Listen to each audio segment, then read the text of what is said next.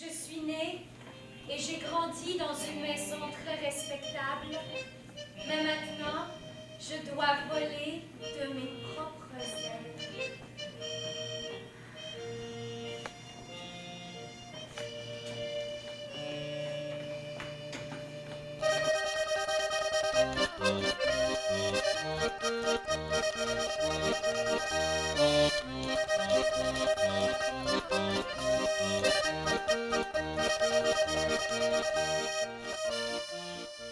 Je suis mort depuis près de 40 ans. Ne touchez pas! Ce n'est pas possible, c'est impossible. Calmez-vous. Mais vous êtes mort! Oui, non, pas tout à fait. Plutôt pas encore. En fait, pas encore tout à fait. Ah. Mais bientôt, j'espère. Si vous m'aidez. Il y a de cela longtemps, très longtemps, bien avant votre naissance, par un bel après-midi d'été. Bonjour. Je cherche monsieur et madame McRinkley. 3 jours et 3 nuits à la regarder. 6 mois à la côtoyer et 40 ans à essayer de l'oublier.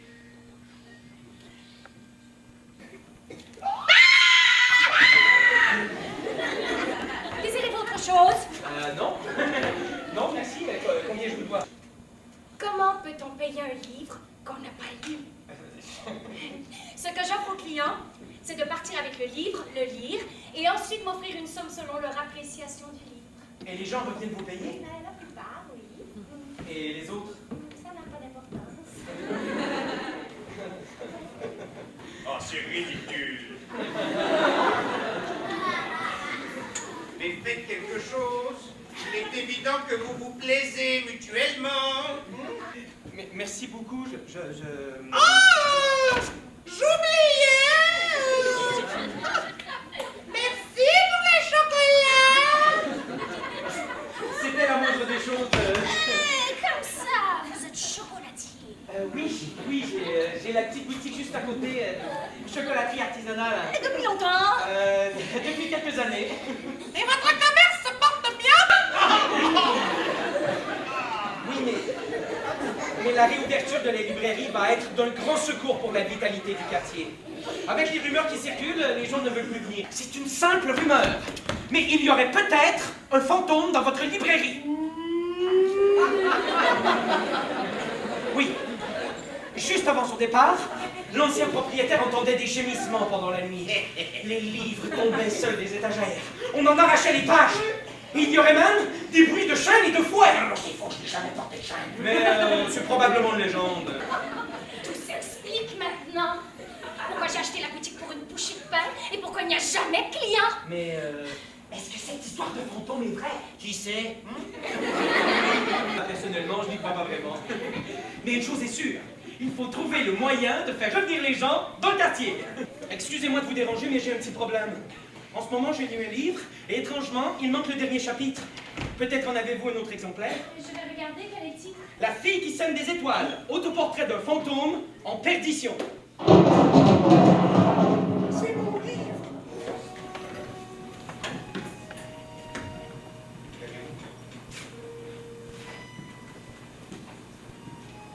Je ne comprends pas. Mon père est gravement malade. Va bientôt mourir. Ils ne viendront plus me rejoindre ici. Je dois les souvenir vivre là-bas. Auprès de ma grand-mère et mes jeunes sœurs. Ils ont besoin de moi.